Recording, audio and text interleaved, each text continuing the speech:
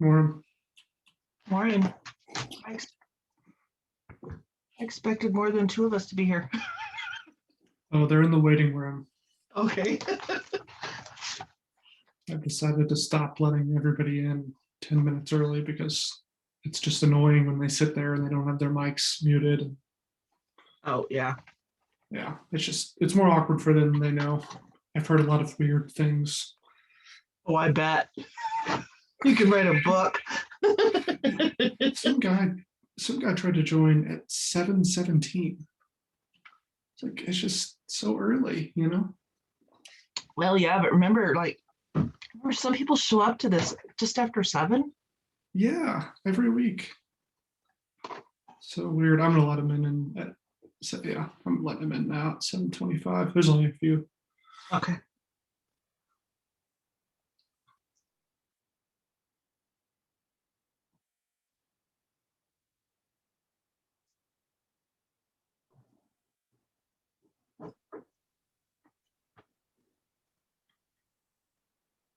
I think you do.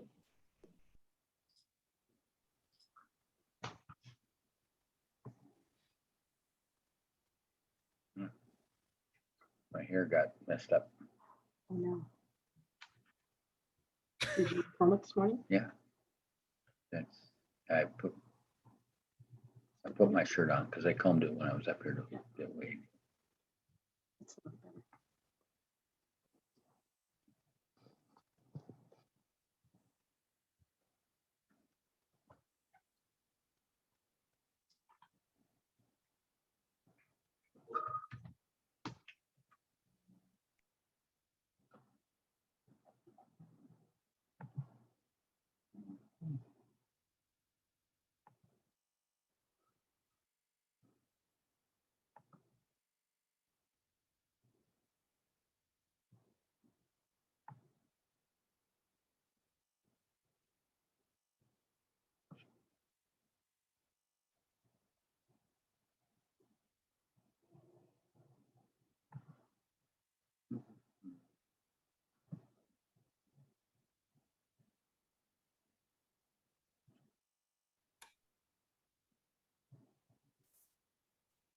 So is the chat screen to change my name?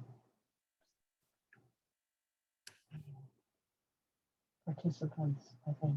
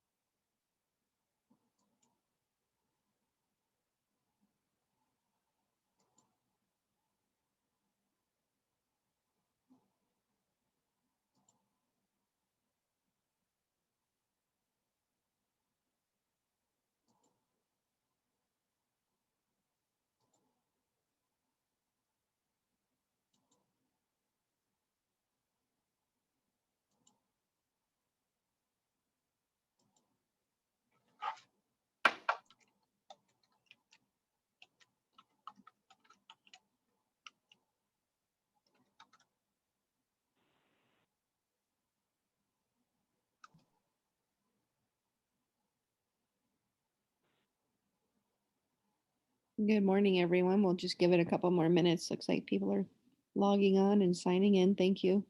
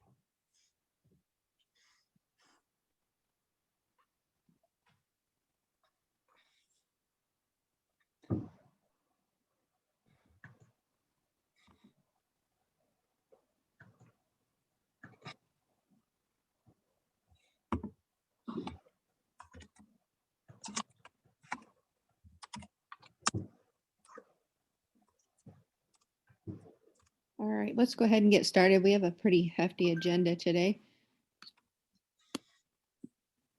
So welcome everyone to the March 25th NATA meeting. We'll go ahead and move right into approval of the minutes. Hopefully everybody had a chance to look at that. And can I get a motion to approve the minutes? So moved, Malcolm Fleming. Second, Joan Peck. Thank you, Malcolm and Joan. If there's no opposition to the minutes, we'll go ahead and move along. I don't see any hands up.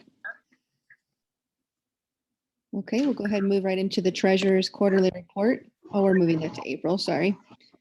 So we'll move into smart commute update. Thanks very much. We have a couple of things we want to talk about this morning. Wanted to let you know on this first thing, it's an informational item, and Smart Commute and NATA both were sent a concept proposal for I-25 development and funding. It's from Michael Shirotis at Rotis and Johnny Olson of Horrocks.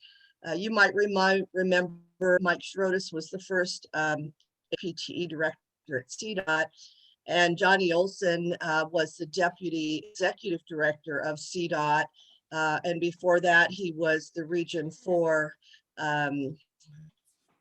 we call them RTs, in charge of all of Region 4 before he became the deputy executive director. So it came from these two, and it's a concept for what they are calling North I-25 North Development and Funding, advancing HPT's express lane system.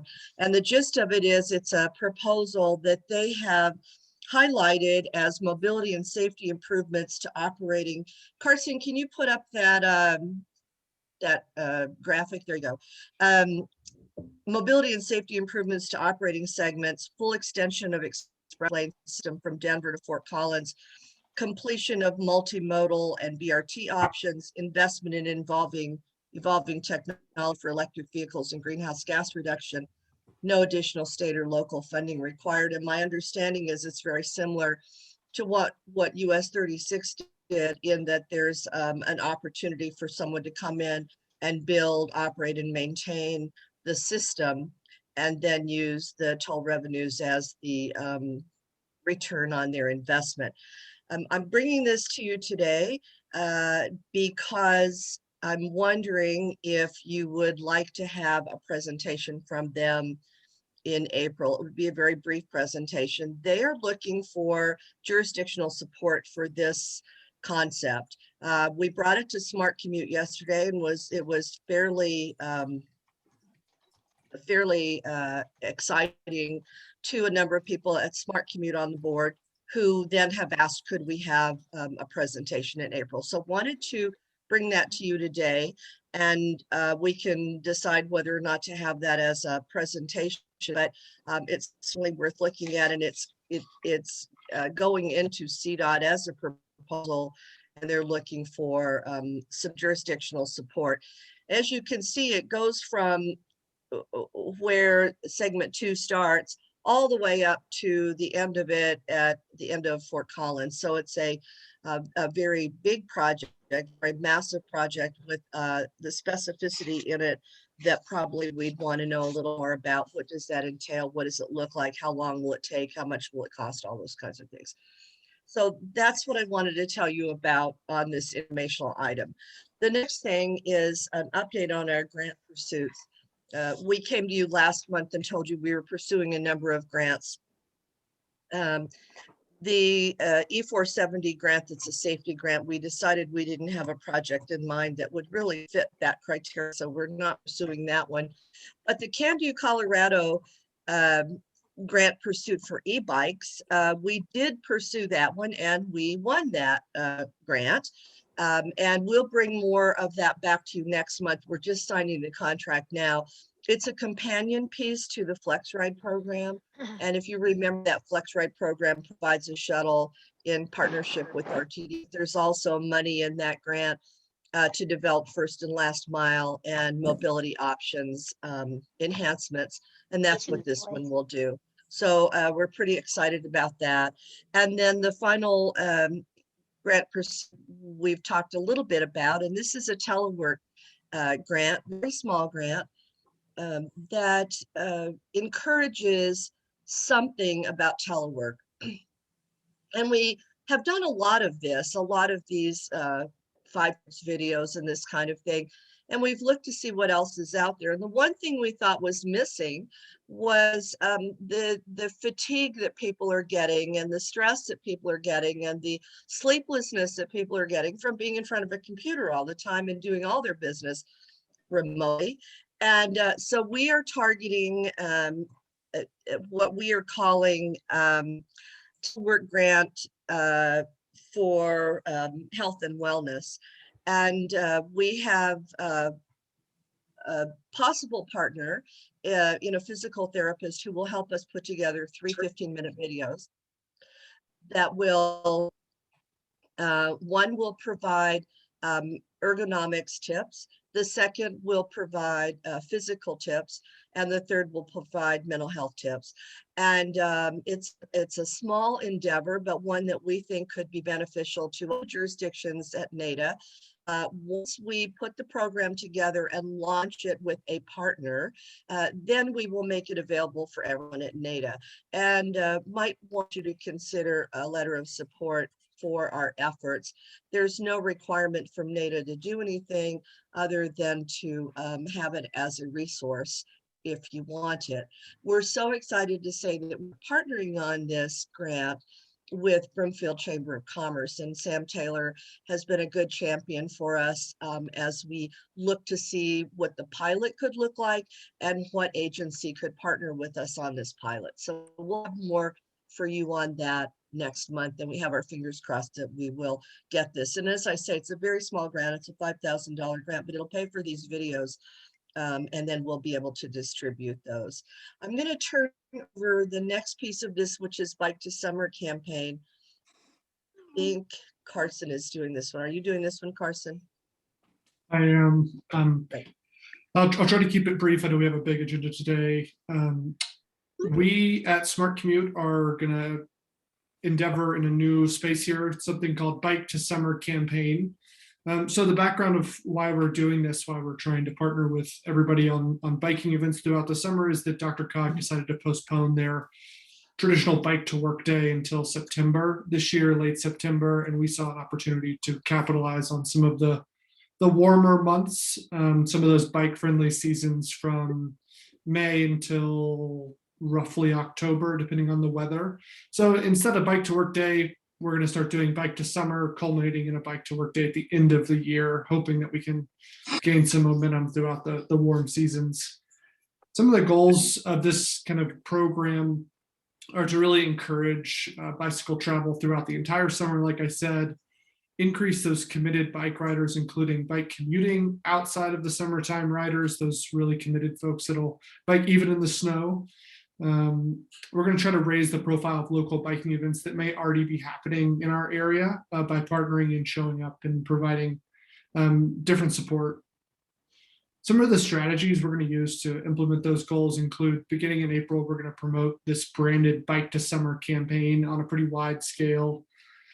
We're going to attend events. We're going to have topical themed and targeted monthly events. I'll speak a little bit more about that. We're going to try to partner with all of you guys, local jurisdictions, to promote those bike themed or bike friendly events that maybe are already happening, or maybe we can work together to make happen. Some of the objectives of what we want to see come out of this are, we want to use Smart Commute to promote those interested but concerned riders and those enthused but confident riders. So those people that are right in the middle of the spectrum of interested in biking but not so crazy about it that they don't need this support, or they're not so interested in it they don't need any support at all. We're going to create interesting and enticing monthly themes. Like I said, I'll speak to those in just a second. And we're going to partner with local jurisdictions on kind of existing events. So the Full Moon bike rides in North Glen and the existing ones in Brighton. We're putting together one right now with Broomfield toward the end of Earth Day and hoping to do some things around trail days. We're looking for your support in all of those local events. So if you have local events that are bike friendly throughout the summer, we would love to partner with you on a monthly basis for those. Here's our time frame. Like I said, we're going to start in April, probably with a video around the health and safety benefits of biking. And then May through September, we're really just going to execute this plan of partnering on monthly themes and promoting all of the biking opportunities in our area. And we're thinking maybe in October, if the weather is good, we might do some kind of a wrap-up event toward the end of the season. So these are those monthly themes I've spoken on a few times now. Early in the season, we're thinking we'll do something like I Bike Alone, which is something like in May when we're still in this COVID period. And then as things open up a little bit more, we feel a little more safe. We'll do things like I Bike with Friends, I Bike with Kids, I Bike My Neighborhood, and I Bike to Work. So all these themes play on the idea of group mentalities, right? So I may personally identify with I Bike with Friends for a happy hour event, whereas some other folks may want to bike their local neighborhood because that appeals more to them. And that's kind of our play on getting people out in different groups. These are our loosely tentative plans. I won't go into details here, but this is what we're thinking we'll do in April. Kind of a YouTube premiere with some health people, and then culminating in a Broomfield Earth Day partnership with a full moon bike ride toward the end of the month in April. This is really where the rubber meets the road for us. We're pretty happy about these ideas here. We're going to give away some traditional tchotchkes and prizes at these in-person events like we wanted to do last year and we're never able to do. But we're also going to have build a bike map display, right, where we bring in a poster board of a regional bike map. So it allows people to identify those corridors that they wish were maybe a little bit better, or those that they've ridden on that day. And then we'll bring, if it's a Broomfield event, we'll bring a localized Broomfield map, and you can mark on that map kind of where you wish there were better connections or where you've ridden that day. We've even thought about doing a Make-A-Wish for different pre-written wishes for biking, like improved trail connections or things like that. So we're excited about those maps, and we think it may provide good feedback to local jurisdictions on riders and what they want. We're going to try to measure these events. I think that's always important, and sometimes we forget that in our daily activities. We're going to try to measure the traditional number of attendees. We're going to survey the attendees after the event with emails if they provide them, if they're willing to. Like I said, the bike map tool we think is going to be a positive thing for everybody that is in the planning space. We're going to try to create a number of biking pledges. So those that sign up can say, I'll pledge to ride for the rest of the summer. We think that's important. And we'll follow up with email as long as they provide that. We're also going to try to measure if there's a number of replicated campaigns across the metro area from other TMAs. We think that's an important measure to understand if we're being successful, if other people are copying what we're doing in a positive way. These are the logo that my colleague Tammy created and the poster that she created so that we can promote this event.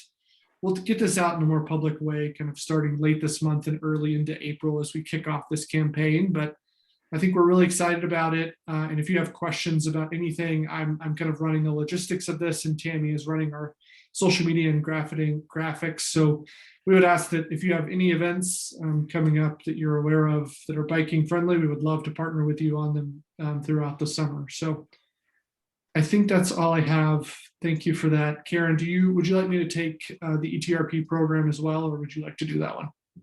Yeah, you've been more involved in that than I have. So if you wouldn't mind doing that, Carson, that'd be great.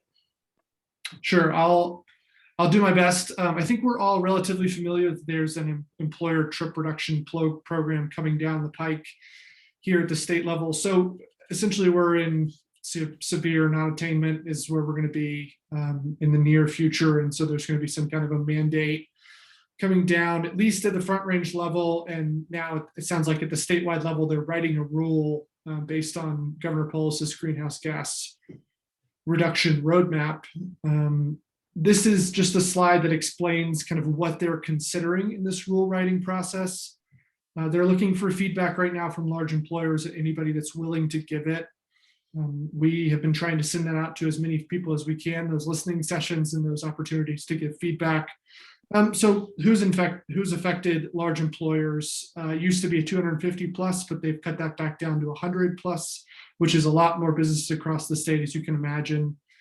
The program will start essentially with a floor of 75% of employees have to commute by SOV, and everybody above that has to commute by non-SOV. So that includes things like carpool, RTD, telework, compressed work week. So it's relatively flexible and possible, but I think can be challenging for a lot of businesses. So there's a lot to work through there as they write this rule, and they're looking for feedback from folks that this might be challenging or potentially too easy if you work in the downtown core. So what would happen is they would start with this floor, and then over the course of 3 to 5 years, they would implement it down to 60% SOV rate. And they're saying that state agencies would go first and set the stage for the rest of us. And I think there's just a real opportunity here to provide input and feedback as we go through this rule writing process, because this will become a mandate by the end of the summer. As I understand it, in August, the final rule will come out. And I think that's it. Yeah, that's great, Carson. I just wanted to say that we're bringing Sure. this in a thumbnail to you today.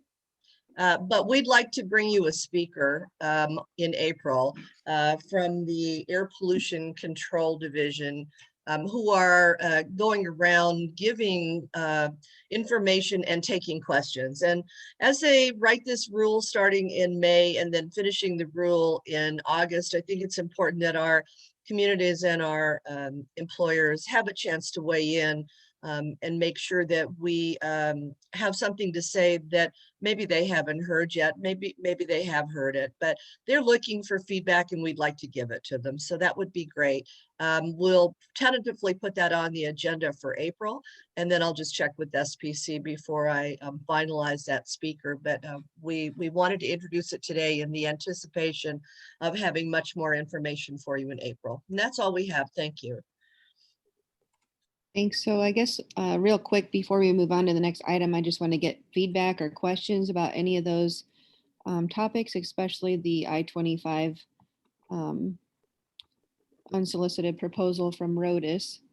And so I'm not going to weigh in on that right now. I have had experience with Rotus at E470, and I'd like to hear what some of the other members of this group might be interested in.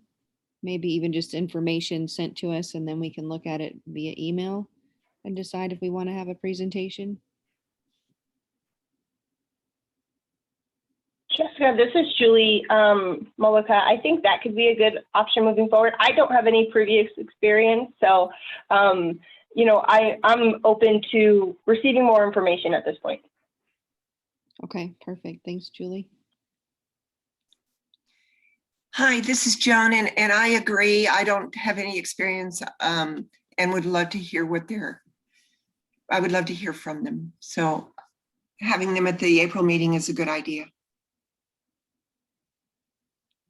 So how about we have an email? Is there just a sheet, like a summary, Karen, that can be emailed out, and then we can look at it just ahead of time so we know what's coming a little bit? Yes, there's 5 pages to the proposal, to the concept proposal, and we have that, and we can send it out to everyone, and then you make the decision if you want them to come.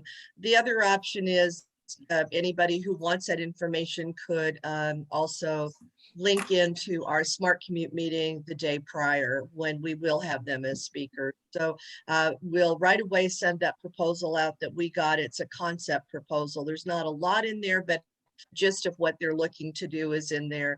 And then we can make that decision for April, and I'll leave it up to SPC if that's all right. So we'll send it out today. Okay, great. Thank you. And any other weighing in or feedback from the other items? I don't see anything. Okay, moving right along, let's go into the RTD and N-line issues. So I just counted my email. I've counted 19 trip cancellations since Sunday on the N-line. So I guess we're long ways away from having that thing run in a way that makes any sense. And so when we hear this idea that we're going to have 75% reduction in single occupancy vehicle use by employees, and I wonder how they're going to get to work up here or anywhere in the non-downtown area that has actual transit that works.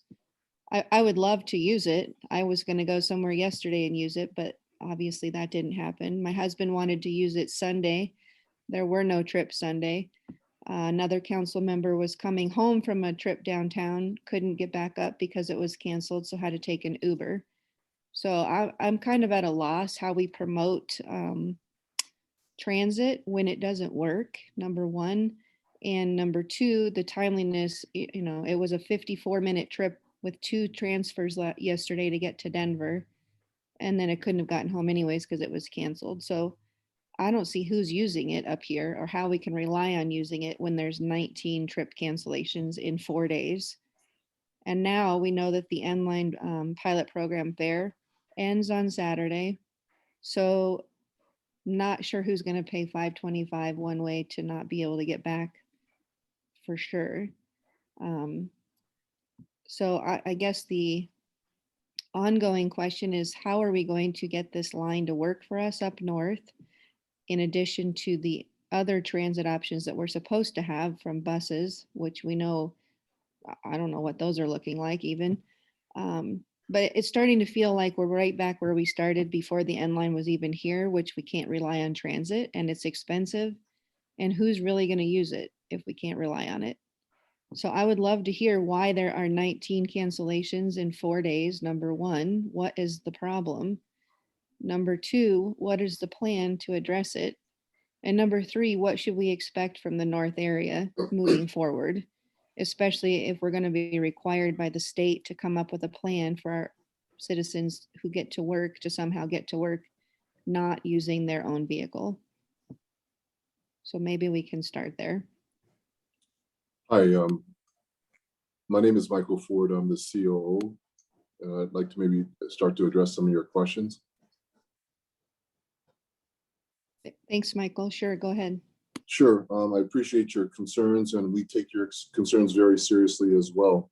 We've had some, obviously, delays and problems. We are working diligently to try to fix those problems. Our contractor or our software company, Wabtec, is continuing to update software issues that has created some of those concerns. We're mitigating those issues right now with them. They're on site working with us to try to address issues or concerns with, horns and other things that come up as a result of the positive train control issues. So they're on site, we're working with them. We're also working on a service agreement, so they'll have more access and be able to respond quicker to our concerns and issues. We've also had some issues with Denver transit operators near the Union Station. We have some operational issues as it relates to the inline coming in and where it terminates. And then we also had some concerns and issues with engineers, our shortage of folks to operate the trains due to COVID and some attrition. So we're working on that right now, but that has created some challenges for us.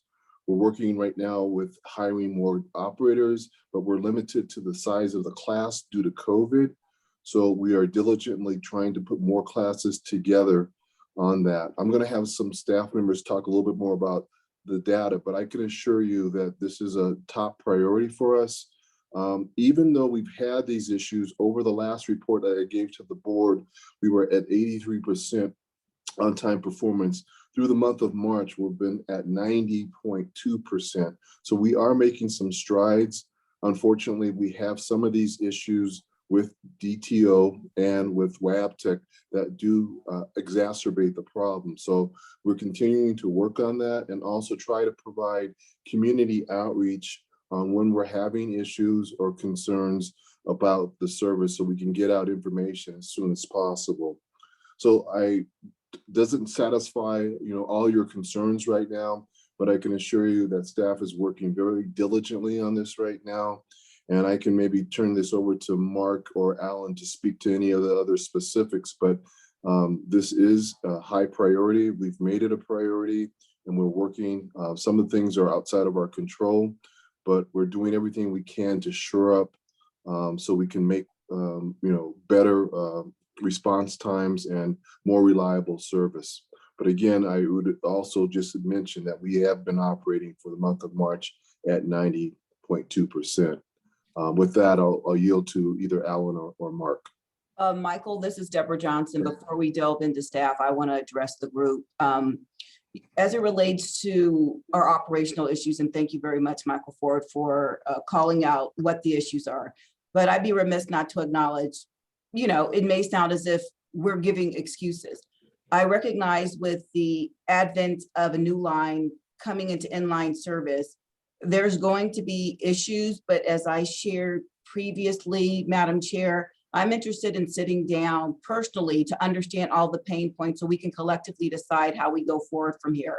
There's a lot of nuances associated with the delivery of commuter rail service, especially in the environment in which we're working. And to the point that Mr. Ford raised relative to getting additional operators, and we're working within the confines of COVID, recognizing that we had the blizzard whereby we had to shut down the system because we couldn't operate. All of these have led to residual impacts.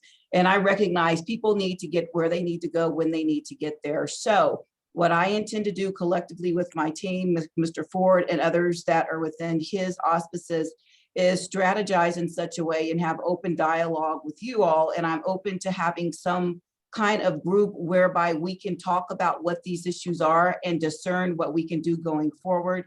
I've heard your comments relative to the other aspects of our transit network, relative to service delivery on the rubber tire side. We have an issue before us. We are not going to solve it by ourselves. And I ask that we can create some kind of group whereby we can talk and mitigate as we go forward so people are cognizant of what's happening. So with that, thank you. So I appreciate the information, and Deborah, thank you for following up and letting the group know that we are, and you are interested in having that kind of interaction with, especially up north, on trying to figure out what those gaps are. I think that will go a long way. One of the questions that we did get was, how are you supposed to know when the train is not coming? So the council member that was trying to get home Sunday, there was no notice anywhere. She was standing there. And so when we talk about communication and letting people know, if you don't have a smartphone, if you're a senior citizen or you don't have a smartphone, what is the option? It's not coming across on the screen while you're standing there at the train station. So what is the communication plan? How do people find out other than you're signed up for the rider alert? Right, thank you very much for that. And we take ownership of that because there should be information on the passenger information display sign, recognizing that there could be, lack of information for those that don't possess a smartphone. So, Mr. Ford, is there a member of your team, readily available to speak to what's happening with PIDs? Because that should be the conduit in which we're disseminating information. Yes, I will turn that over to Mark or Alan. I think they can speak a little bit more to that. All right, thank you. Mark, why don't you address it, and then any other issues I'll bring up. Thank you. Will do. So we, as Michael had said earlier, WabTech is one of our vendors that we work with, and we do have a few signs that are not populating information at the stations. They are associated with WabTech. Takes care of several different aspects of the systems that we use. They handle the train management dispatch system. They handle the PIDs, the message boards out at the stations. For heaven's sakes. Yeah, to give the next train arrival information as well. So we have had some issues with that. They are working through those issues as well. But most of the signs should be up and operational. I think it's just one or two at this point that are not. So thank you, Mark. Deborah Johnson, once again, can you give us a definitive date when those will be operational, and we will disseminate that to the group so everybody has an understanding for our customers that are trying to utilize the inline so we can manage expectations? I will. I'll get that information and get it back to the group. Thank you very much. And I'm just gonna, this is a very familiar conversation. I'm pretty sure it was a year ago that we it's almost identical, that the reasons for the problems were because of DTO.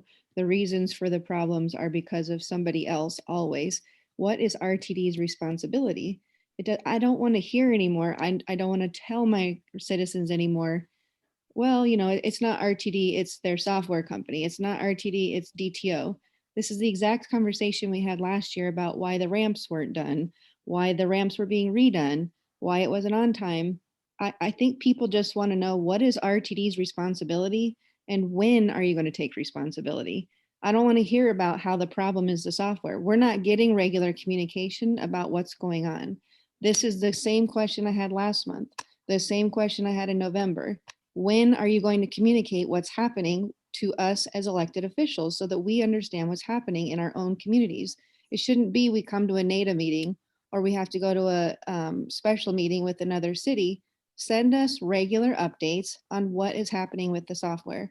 This was what you told me last month. The software is not working. Why isn't it working and what is going on? When will it work? What is RTD's responsibility? So Madam Chair, we will get you that information, recognizing what you've outlined here.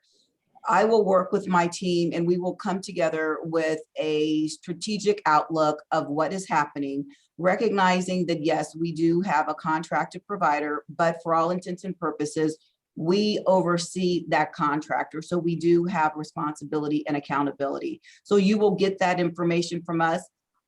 Today is March 25th. Give me a week and we will disseminate that. It may not sound, pleasurable to all of you that are listening in on this conversation, but recognizing I need to wrap my arms around this. I have heard from you directly that this has been an ongoing problem. I now own the problem. I did not, generate the problem, but I own it. So I need to get my arms around it to manage the problem. So I would ask you for that deference as I go forward. So I have an opportunity to lead the organization and work with my team to collectively address this issue. Thank you for your consideration. Thanks, Deborah. And you definitely took on a big problem. So I appreciate you trying to help us. And I see Julie's got her hand up. Yeah, Deborah, I wanted to kind of come back to what you offered of, sitting down with the communities in the North and having that conversation, because I think it could be a really great opportunity for you not only to hear from, local leaders in the North, but also for us to hear from you. And so I'm not sure if that should be, if NATA should set that up, or is it specifically an AdCog thing? I'm not quite sure how to move forward with that, but I think that having that opportunity in that space to have, spend some more time on this conversation and just really, build that relationship, right? I think it'd be really helpful for us. So I think that's a great idea, and I think that's just something that we should move forward with. And so I just wanted to say thank you for putting that out there, because it gives us an opportunity to have a really more in-depth conversation about the history of our relationship with RTD. I guess is the best way to put it. Thank you very much, Council Member. I appreciate that. And as I share, just for everybody's edification, I have to understand your pain points before I can identify the problem to solve it. So I would love to hear it firsthand, have members of my team so we can, work together and figure out what will best mitigate this situation. More so, I am open to whatever forum that may be conducive. I recognize there's going to be a myriad of issues that come forward. And, as we look at what those are, doing some prioritization, first and foremost, let's make sure the train can run. Then basically, let's talk about how we communicate that out. And that's just in a general sense. I'm not prescribing that's the way it'll be, but I'm just saying I am amenable to that. And let's figure out what would be the best forum.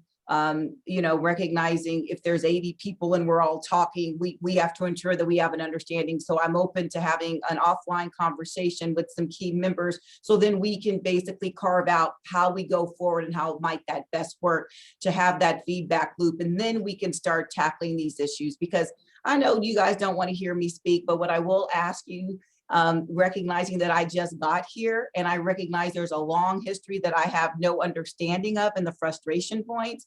If we can start here and now where I can work with you guys in an amicable fashion, you have my commitment that I want to mitigate this. So once again, thank you very much for the opportunity to be forthright and earnest in my approach and for, you know, acknowledging that. And I look forward to what we can do as opposed to coming to a meeting and it's the same thing over and over. And for my staff, I'm not discounting you. I just think we have an opportunity collectively to work in an earnest fashion to try to come together with some solutions, because there's a lot of moving parts as it relates to any type of integration of a new rail line into an existing system. So thanks.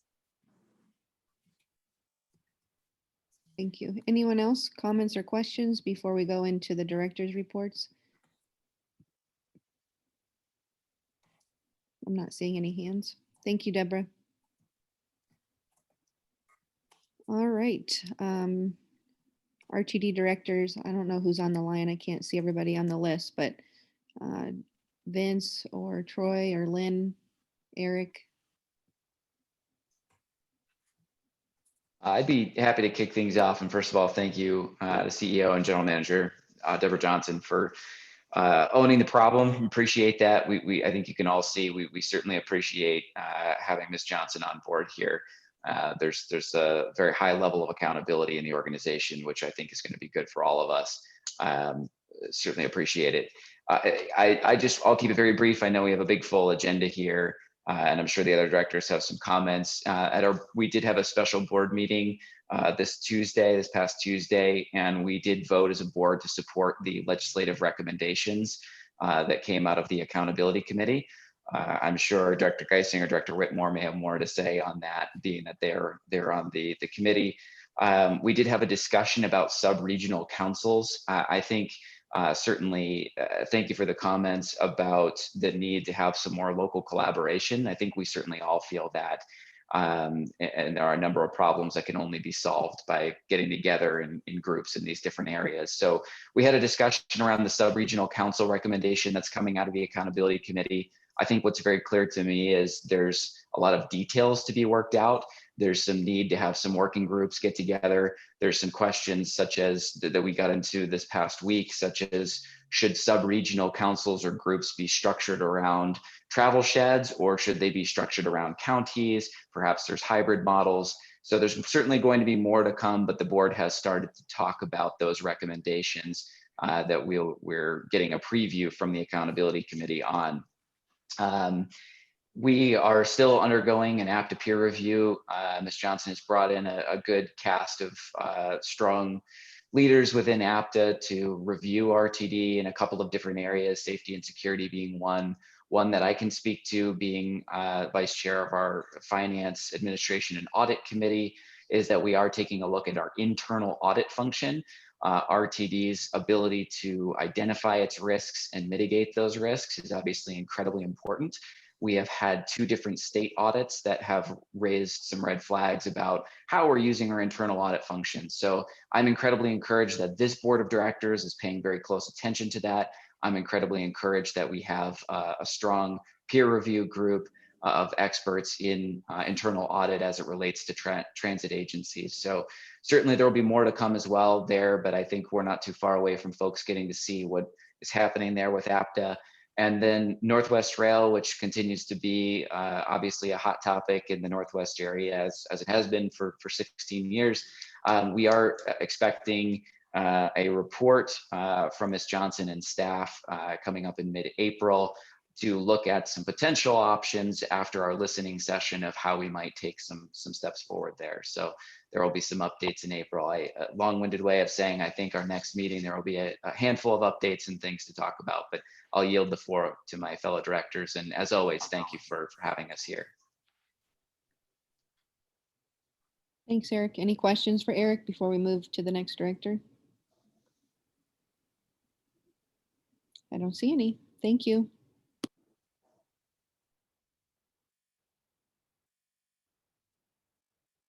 Madam Chair. Hi, Vince. Hi, Vince Busick, Director, District J, Westminster, North Glen, Federal Heights, western portions of Thornton. and last 2 stops on the inline. So let's talk about the promotional fair pilot program that is ending this weekend. When back in November 2019, a number of directors, many of whom are on this call, got together and proposed this plan that would reduce the fares at the last 2 stops on the N line to a local fare, because they are technically in a regional fare zone. So it brought the fares on the N line to $3 from end to end instead of $5.25 at those last 2 stops. That program is governed by the Federal Transit Administration that only allows pilot programs to last for 6 months. 6 months, not 6 months in a day, 6 months. So that program is ending. The RTD board and Ms. Johnson are committed, I believe, to looking at fares generally throughout the entire district. I also believe that we are in the process now of a equity analysis that's required by the FTA, district-wide equity analysis throughout the entire district, to look at a district-wide pilot program that would change fares dramatically throughout the entire regional transportation district.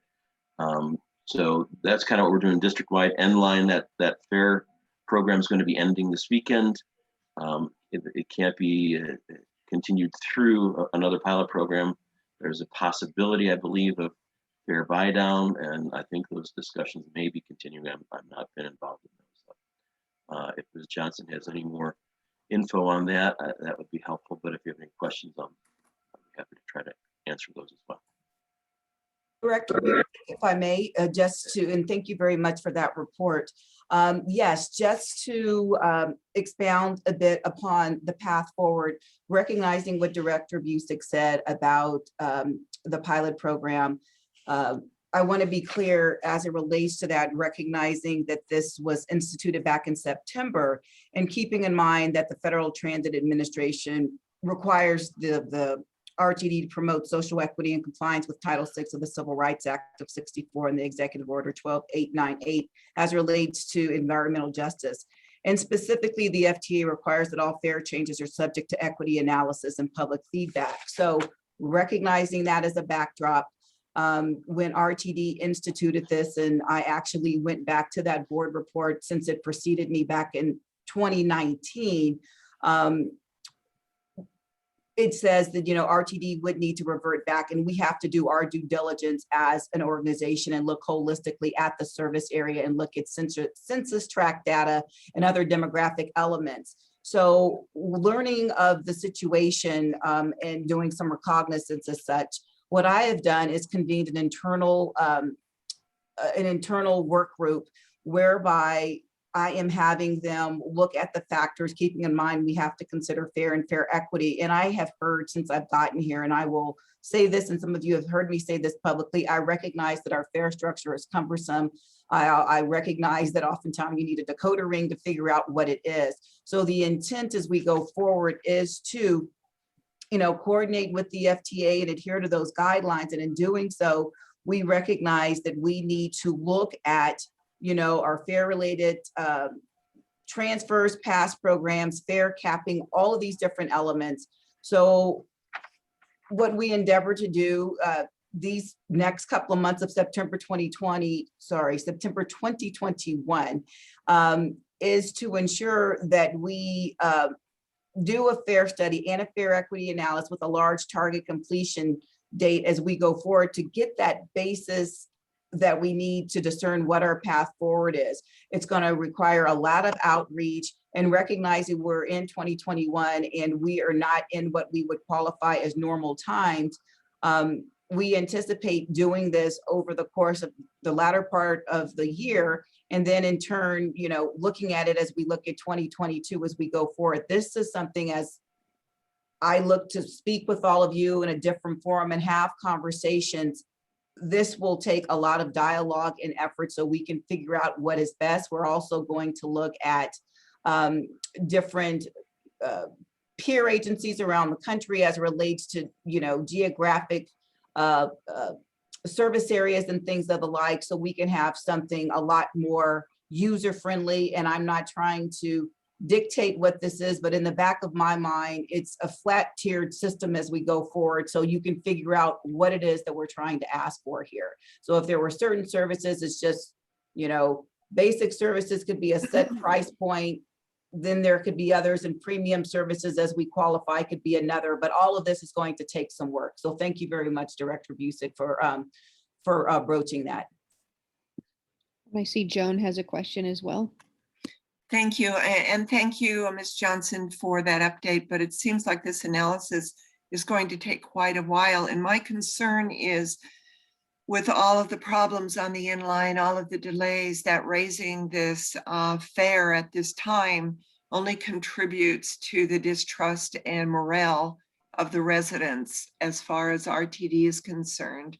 That if there is any way that we can, outside of the pilot program, not raise that rate to $5.25, so that you can work and show that you are concerned about the residents, and that this raise and the delays kind of conflict with the path forward that you want to go.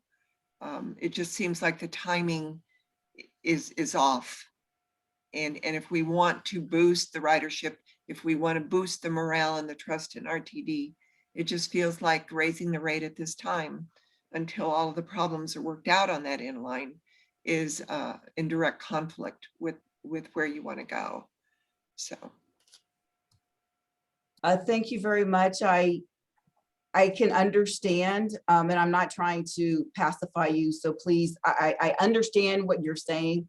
Coming in, I'm caught between a rock and a hard place, because there's no way we can violate federal law in relationship to this. So open to the ideas about what can happen, but you know, recognizing that I have to look at it system-wide.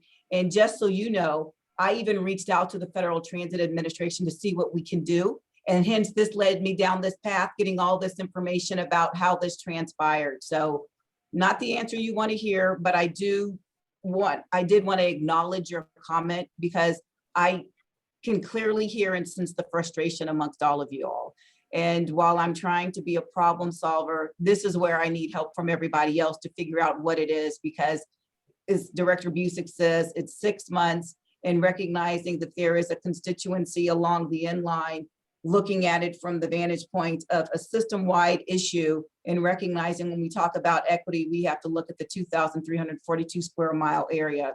So I'm just saying that that's not to, you know, dismiss what you said, but open to ideas as we go forward. But I know we're here at the 11th hour, and I know my comments aren't what people want to hear, but I'd be remiss in not stating them. So thank you very much for broaching that. And I'm open to ideas as well. So thanks. Well, thank you for that. And I do understand your position. So my reach out, I guess, to the municipalities on the inline, are we willing to do a buyout option? Is that available to help the residents, keeping the fare at the $5.25, but having the municipalities put some dollars into that to buy out part of the fare?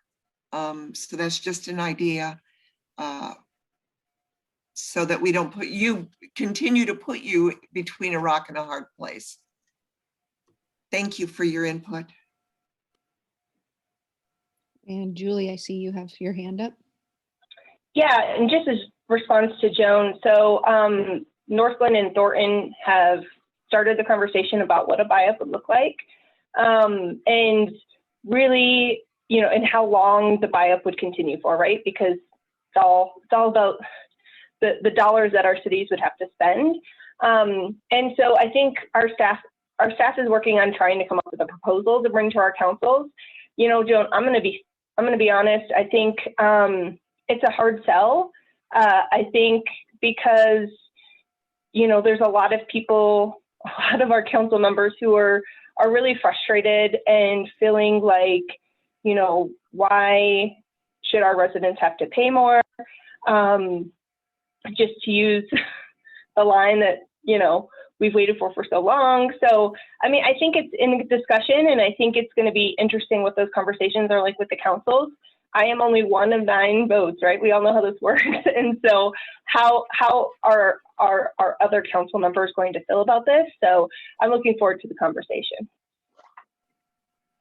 Thanks, Madam Chair. I'll just wrap up my comments and just to reiterate that, you know, even if RTD could and wanted to extend this fair or to take care of the fair on its own, it could not.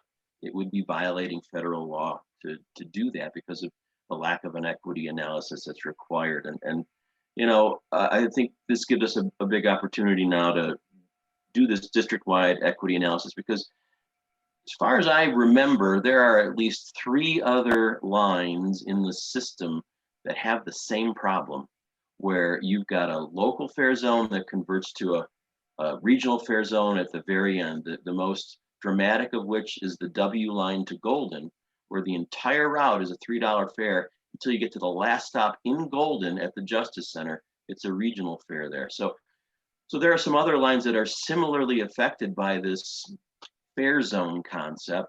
And I think the big picture view, getting this resolved is going to be helpful. But it's a long-term kind of thing, unfortunately. Thanks. Thanks, Vince. So Are there any Jessica, I other- don't have too much Yeah. to add due to the eloquence of Eric and Vince. One of my points was going to be that the local versus regional is not just us picking on the inline. To Vince's point, it's a system that's worthy of reconsideration, and that's certainly in our plans. The other thing I just wanted to note, not that Deborah has a lack of things to do, but she's committed to a study session on the road to recovery, and what recovery is. Probably everybody on this call would have maybe perhaps a different version of what we need to recover from, but there's some obvious ones that we don't need to restate. But that's coming up fairly soon. We're kind of looking at a schedule that Deborah or Lynn maybe can talk to in that regard, between more conversation on service councils versus, and maybe some accountability matters, Lynn, and then this work session as well. So a number of items will be, I assume, considered during the road to recovery, which is a pretty high priority for, I would say, a majority of the board of directors. So thanks to Vince and Eric for their good summaries, and I will yield time to Director Geisinger or Deborah. Thank you, Troy. I don't have much to add. I'm Lynn Geisinger. I represent Western Boulder County, including Boulder, Louisville, Netherlands, Lyons, and Superior. I start my meetings this week by remembering, as I know you join me in doing, the 10 people who were killed in Boulder this week in a very senseless act. Thanks for having me. It's always interesting to come to these. As Chair of Communications and Government Relations, one of the big things I'm doing right now is working with the Accountability Committee. And I know that Julia is going to give a report in a minute, so I won't go into detail on those things. The Accountability Committee's recommendations, which I'll leave to Julia, the bill that is going through the legislature is scheduled to be heard next Tuesday, the 23rd at 1:30 in committee. And I don't think we're expecting a lot of problem, hopefully moving that forward. Ms. Johnson and the union were able to agree on a couple of issues that we needed to discuss. So that's worked well. And I totally agree with what's been said here about the need to continuing listening sessions and sit down and work together, collaborate. The Accountability Committee has recommended to sort of formalize that in these local service councils or sub-regional service councils, with a lot of details left to be worked out.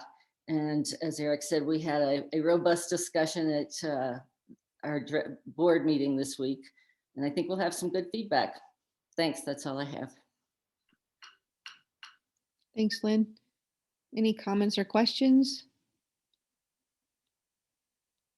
So I do want to just say thank you, Deborah. You did, as Julie mentioned, we did have a meeting with Northglenn and Thornton this week. And I think that we are all very hopeful that we can rebuild the relationship with RTD. We definitely want to partner with you to get things going in the right direction. I think you're very open to that as we move forward. And even that day after the meeting, I think within a couple hours, you did send us, or somebody sent us, some information on the end line, the last 2 stops, and the number of people getting off and on. So I think that, you know, I do believe that you have really good goals in mind, and we definitely want to just help support you in whatever way we can moving forward. So we appreciate all of our directors and the work that they've done. They know the history of this, and they've been with us all along the way. And so I can't thank them enough either, but we appreciate hopefully getting this partnership moving forward and going in a more positive direction. So with that, I'm going to go ahead and move on to Councilmember Mullica for an RTD accountability update. All right, and I'm going to try and be brief because I'm looking at our time and looking at our agenda, and we have a lot more trying to go through. So we've talked a lot about the governance subcommittee's recommendation around the sub-regional service councils. And really, one thing I wanted to highlight on here, and the reason behind the idea of the service councils, is I got an email, 2 days ago, from a resident, very upset, but really talking about issues with RTD and how they just feel like their needs aren't being met by RTD. Now, I would like to preface the point that that email went to me because a lot of times community members don't know who their RTD director is. They don't understand that there even is a director. And so they take it to the people they usually take things, which is, you know, city council. And so that's why the purpose of the sub-regional councils is to bring that voice into the process and working better with RTD, because the community sees us as city council as the people who have control over the situation, yet we have none. So it gets kind of frustrating sometimes, right? When they're bringing us transportation issues and we don't feel like we have the opportunity to really engage in the process. And so that's really the whole purpose behind the sub-regional council. So that recommendation has been finalized. I did send it late to Carson, like maybe about 30 minutes ago. So I'm sorry, guys, I didn't send it out prior to this meeting, but hopefully he could send it out to the group afterwards. Just so you can get an idea what the recommendations are. They are very vague. It does require, frankly, a lot of work. A lot of a subgroup is going to have to come together and really iron out the details. So it's just an idea at this point. And then other things in the governance subcommittee, we're really taking on partnerships and really kind of working on understanding that relationship a little bit more and coming out with some recommendations around how can RTD really kind of, I don't know, emphasize partnerships. One of the ideas is creating a challenge grant. So how can local communities apply for funds to meet local transportation needs, right? And working with various groups outside of RTD to do that. You know, what does something like that look like? And then we're also going to start the conversation of how to improve service to those geographic areas that are on the edges of RTD, right? On the far edges of the service area. That's an important issue for those folks who are on the outside, not in the center of Denver, making sure that their needs are met as well. The finance subcommittee has developed recommendations to RTD on how to use federal COVID relief funds. Some examples could include share federal stimulus funding with other transit service providers in the metro area and implement a reduced flat fare for 6 months to rebuild. So we've heard about some of that. The finance committee is also looking at exploring options to develop a public-facing RTD dashboard and performance measure reporting, right? Increasing that transparency, and then investigating options and recommendations for unfinished fast-track corridors, including the Northwest Rail, which continues to come up. If we notice, we have some themes. The operations committee is also working on the discussion and recommendations on various performance metrics that could be used to replace the fare box recovery ratio. This follows a state audit that recommended that RTD look at other measures, since fare box recovery didn't really give a full picture of RTD's performance. And then performance measures will continue to get the attention of the subcommittees over the next couple of weeks. It seems to be where a lot of the work is happening right now. So that's a brief update of what's been going on with the RTD Accountability Committee. Thank you. Thank you, Julie. Any questions? I don't see any hands. Okay, let's keep going. So the priority project lists, we're just going to move into April with that, but I guess everybody should plan on bringing some of those ideas forward. Is that correct, Karen? Yeah, so earlier this month, I sent the staff the current native priority projects list. And if you remember when Deborah Basket and her helpers put together the original white paper and priority projects list together. In there, we designated quarterly updates as appropriate. And in order to do a quarterly update, we send it out the prior month. So this month I sent it out. I'm asking the staff of each jurisdiction to take a look and provide us updates. It can be what's occurred since the last time we looked at that projects list, or in additions to the projects list, or pulling projects list off of that project, pulling projects off that project list if they're completed. Just wanted to remind everybody to get those back to us. I think maybe Chris Chauvin is the person who's keeping the list for Adams County's jurisdictions, but if you'll get those back to us, we'll get them plugged back in to that spreadsheet. And then if there are any requests for updates that need to have action, we'll take that action in April. So thanks very much. Thank you. And Chris has his thumb up, so that looks like he agrees. Okay, so some highlights of the Main Street Safer Streets project awards. I think Carson has that. I do. We'll start with Commerce City and then we'll move through the list as we go. If someone here from Commerce City wants to present on this. Yeah, good morning. My name is Brent Soderland, the city engineer with Commerce City. So in 2020, the city completed a project on Colorado Boulevard between 70th and 72nd to add better vehicle drainage and pedestrian improvements to Colorado Boulevard. Our new Safer Main Street grant is going to provide pedestrian, bicycle drainage and vehicular improvements to Colorado between 68th and 70th. So the city's really excited about this project as it's going to continue to provide good multimodal access to the light rail station and also to a new elementary school on 68th Avenue. Thank you. And I hope we can do a field trip to these places someday as a group. That would be kind of fun to see these actual projects live. Might just mention on the Commerce City one that if you saw that map, it's very close to the commuter rail station in Commerce City, which is really a great advantage, I think, to people who want to walk over to the commuter rail station. Thanks. Thank you. And it looks like I saw North Glen was up next. Can y'all hear me? Yes, thank you. Okay, great. I'm actually on my phone right now. Yeah, so we put together a grant for putting in bike lanes, center striping, and crosswalks in various parts of the city, primarily to carry out objectives stated in our bicycle and pedestrian master plan.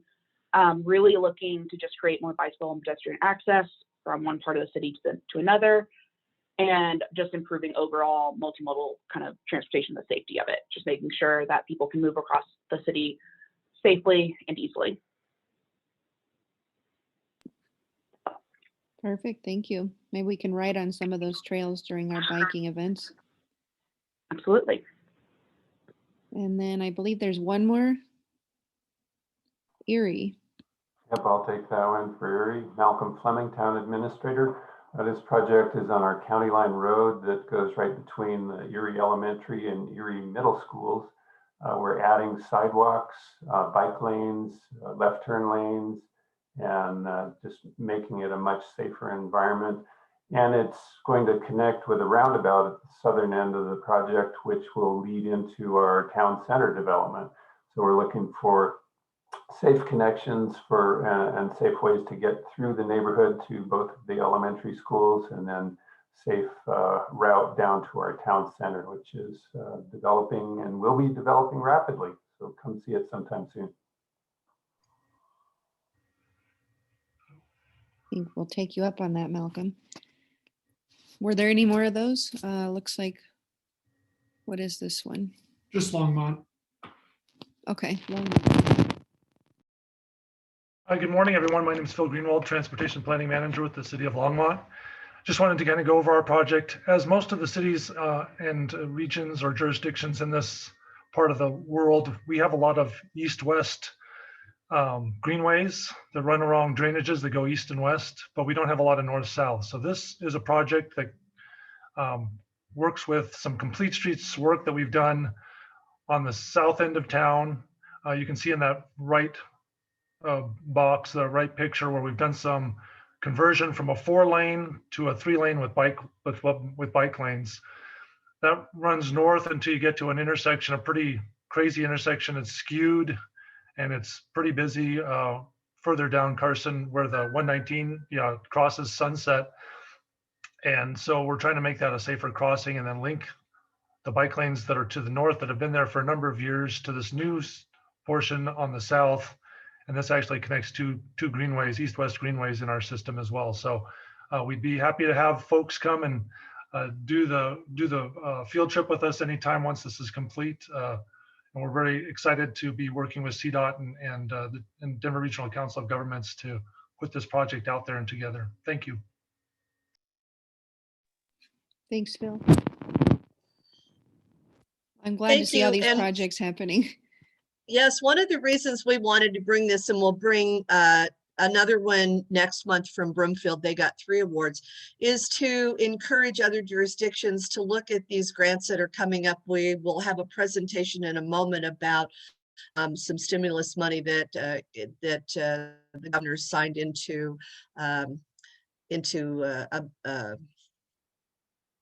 signed off on last Friday, and that we'll have more money available for these kinds of projects. So just wanted to let everyone know that we are making good use of the kinds of monies that are available through this program, and wanted to highlight what people are doing. And if any of you have any questions for any of these jurisdictions who have done these grants, I'm sure they'd be happy to talk to you about it. Yeah, thanks, Karen. All right, we'll go through Megan McKillop from CML Legislative Update. Thanks, Madam Chair. I don't have a lot of bills to talk about right now. As you all know, the governor signed Senate Bill 110, which provides funding to the Revitalizing Main Street and Safer Main Street programs. But I'm going to let Rebecca and Molly talk about that since they're the experts. One thing I wanted to touch on is the update regarding transportation funding bill, which I know we're all waiting to get an actual draft bill introduced or see a draft bill, but I think we'll still be a couple weeks. Hopefully you guys all saw or had a chance to see the package that leadership and the sponsors released. In short, the bill is estimating to provide around $4 billion in funding through the raising and creation of 9 new fees. I think most notably, there is an increase in what we refer to as the gas tax, but it's a road usage fee. And I think the important part of the fees here is that they're being indexed and that they will raise to, and they all differ in their amounts that they'll be actually raised to. But for instance, the gas tax or the road usage fee, excuse me, will be raised to 8 cents within 10 years. And I think that that's something that, wasn't originally how the gas tax was structured. And so I think that that is an important part of this piece of legislation. Other fees are a truck fee, which is an additional diesel fee applied to the sale of fuel. That will start at a 6 cent increase, and that will also increase to 8 cents every 2 years, or it'll increase by 1 cent and be capped at 8 cents. There's an electric vehicle fee, which is basically the indexing of a $50 per year electric vehicle registration fee. And that will increase to $90 by year 10 of this plan.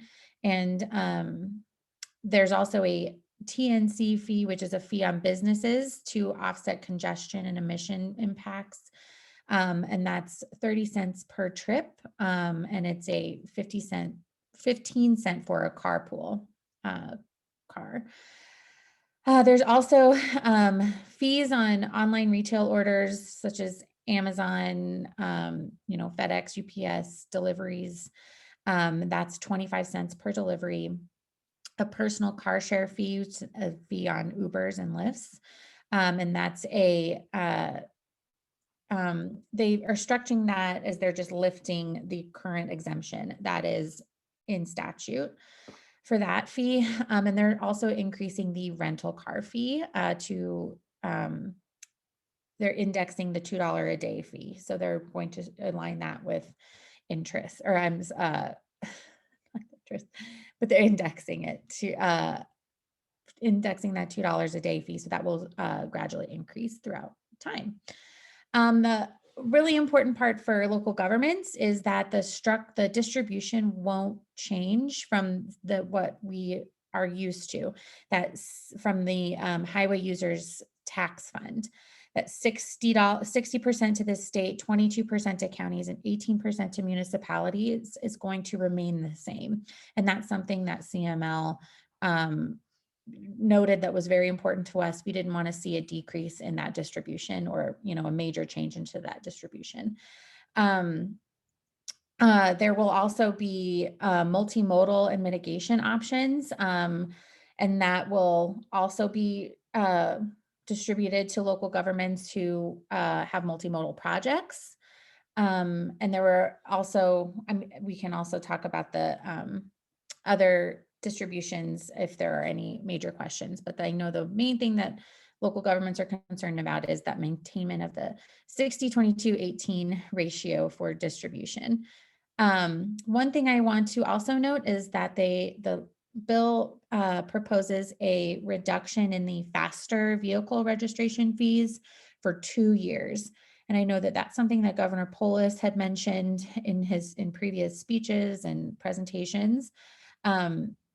And leadership believes that they'll be able to backfill that loss of revenue with stimulus funding and with general fund money. So local governments should not see a reduction in revenue because of that consumer savings. I think it would be good for me to just open it up to see if anyone has any questions about the proposal. And yeah, that's really all I have to say. Thanks, Megan. I think, we did all receive, hopefully everybody's had a chance to look at it, the outline that Karen sent. I think that once we know more and they actually write the language for the bill, we probably will have questions. So I guess maybe next month we'll have more of an idea of what that might look like. Yeah, I hope so. I know they introduced the long bill last night, so I anticipate the Senate will consider the long bill next week, and hopefully after the long bill is done, we'll see a solid draft of a transportation bill and what that might look like. One other thing I wanted to mention is that there was the fees are set to start in the proposal. They say fiscal year 2023. And I know that there's been some conflicting reporting. I know the Colorado Sun had said July 2022. So I have talked with the sponsors, and that is kind of still in motion. It's not a set date. The likelihood of it being fiscal year 2022, 2023 is very high, but I know that there are talks about pushing it back to January of 2023. So Just if, I know that that's a little confusing, the timeline. So if there's any questions about that, I'm happy to answer those as well. Okay. Well, I'm sure we'll have a long discussion about this as the bill comes out more. We'll see what those dates and deadlines look like. I appreciate you giving us an update as much as Yep. you possibly can. Absolutely. And if there's any questions about other legislation that's coming down the pike, I'm happy to answer those questions as well. Thank you, Megan. And before we move on to our final presentation, I do want to just say thank you to the federal level representatives that are showing up every month on these meetings. I know that we're all going to do some sort of lobbying. And so thank you for being here, because that will help us in our communication whenever we all set that up this year. And with that, the final presentation we have is on the stimulus program for revitalizing Main Streets. All right, thank you. Okay, I Can you want hear to me? introduce Rebecca and Molly, but I want to take a little opportunity to show you the bill signing, of which I was so excited to be part of as the chair of the Transportation Commission. It was a beautiful day in Golden. We did it outside. We celebrated the opportunities that small communities and large communities alike have to use stimulus funding like Safer Main Streets money to bring people back into restaurants and businesses, and was happy to be part of that. So just wanted to throw that. I'm not in too many pictures in CDOT because we don't have any opportunities to do anything in person anymore, but wanted to throw this up as an introduction, and now I'm going to turn it over to Rebecca. Thanks for indulging me. Thank you, Karen. I feel like that was the one day it didn't snow in March. So it was meant to happen, I guess. Well, good morning, NATA, and thank you, Chair, and everyone for the time this morning.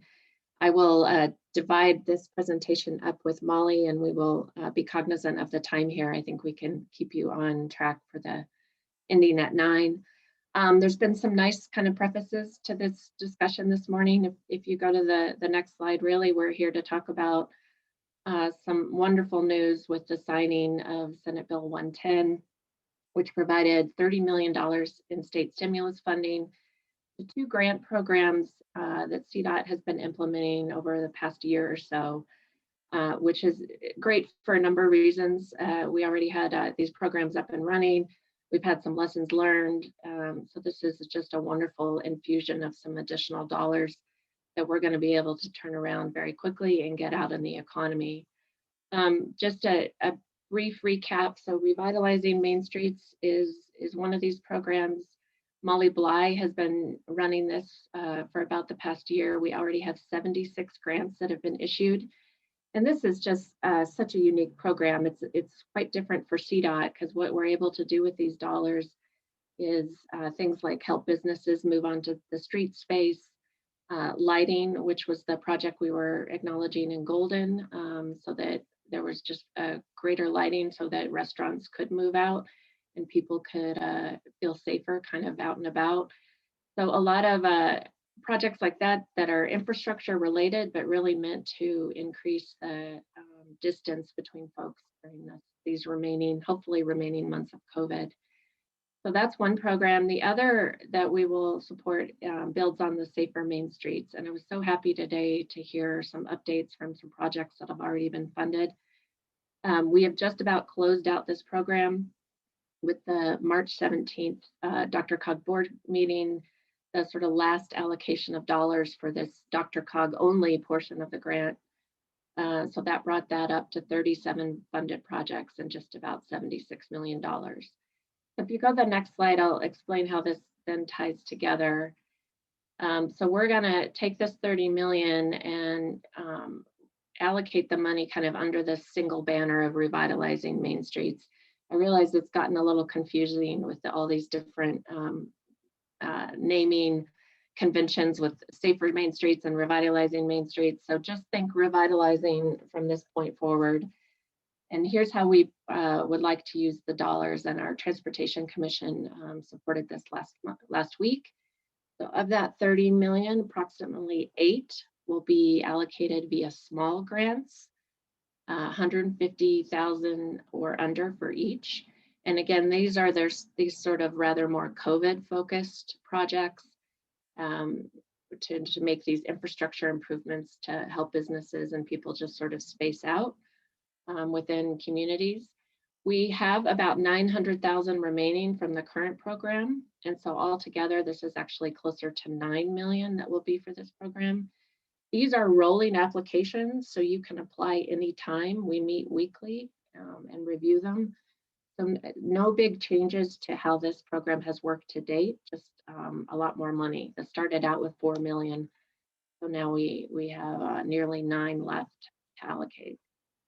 And then 22 million would go towards larger grants up to $2 million each that are really focused on safety. So very similar to the Safer Main Streets program that we piloted in the DRCOG region, things like crosswalks, bike lanes, the projects you heard about today in Commerce City and Thornton and Erie. However, I put this in kind of orange font here at the bottom. We have about 1.3 million remaining from Safer Main Streets that we would roll into this program, this 22. But because this was a DRCOG area program, we're going to keep that money only available for the DRCOG area. So, 22 million spread statewide will go pretty easily, I think. But I do want to note that an additional 1.3 we would only allocate to projects in the DRCOG area. And I realize that may be a bit confusing, and happy to answer questions this morning. But with that, I will turn it over to Molly with the next slide just to talk you through the evaluation criteria for these grants. Yeah, thanks, Rebecca. So this slide kind of shows the way we're putting these into those 2 buckets. If you go to the website, you'll see something very similar with each opportunity side by side on the website. For those large grants, like Rebecca said, they're up to 2 million with the 22 million available. And these are more of a typical grant process. So we're having, and we'll have links on the next page that you can go to as well, but we'll have pre-application workshops in the next few weeks where you can learn more about these. And then there will be that open grant period until May 14th. So very straightforward, typical grant process, get those applications in before May 14th. As Rebecca said, these larger grants are more like the Safer Main Streets, really adjusting lessons learned from that grant and adapting small changes, but it's very similar.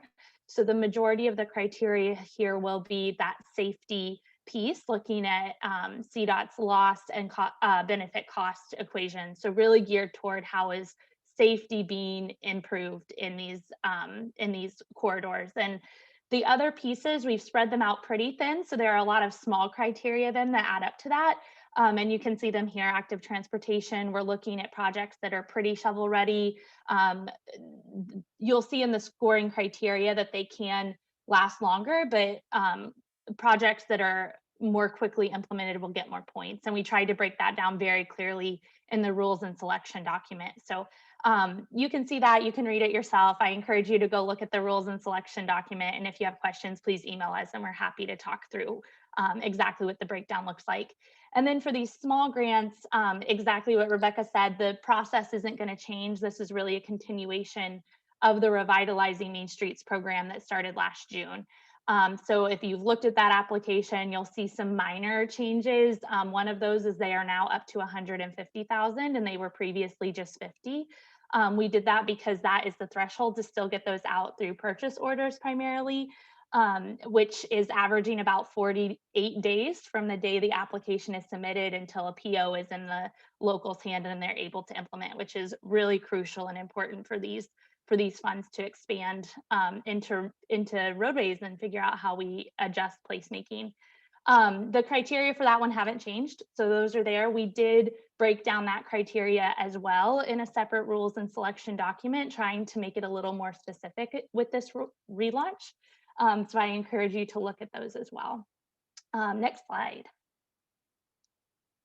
So these are those dates for the pre-application workshop and the links where you can apply for those. We will also record it. So if one of those doesn't work, you'll be able to get that information.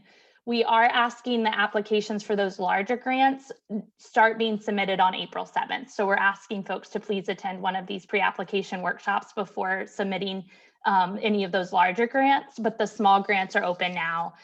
Feel free to look at that and start applying right away. There are examples of projects on the website. We've linked back to the Safer Main Streets page where you can see all of the projects that were selected for that. And then we also have a map with all of the previous Revitalizing Main Street small grants that have been awarded. So we encourage you to look at all of those. Again, if you have questions about any projects, email us. We're happy to get you more details. And then we also have a land use planner who is on board now, and he's going to be able to really tailor assistance, offer technical assistance, and then coordinate with CDOT regional folks to make sure that if there are questions about project eligibility or ways to really improve a project from the criteria, he can help walk through that as well. And his name is Nathan, and his email is there. Next slide. This is our final slide. So if you have emailed us previously about Revitalizing Main Streets, the key piece here is we have a new email. So this is no longer under the Can Do banner. It's now CDOT Main Street. So just keep that in mind if you email us. If you email the old one, it'll forward to the right place. So don't worry about being lost in the black hole of emails.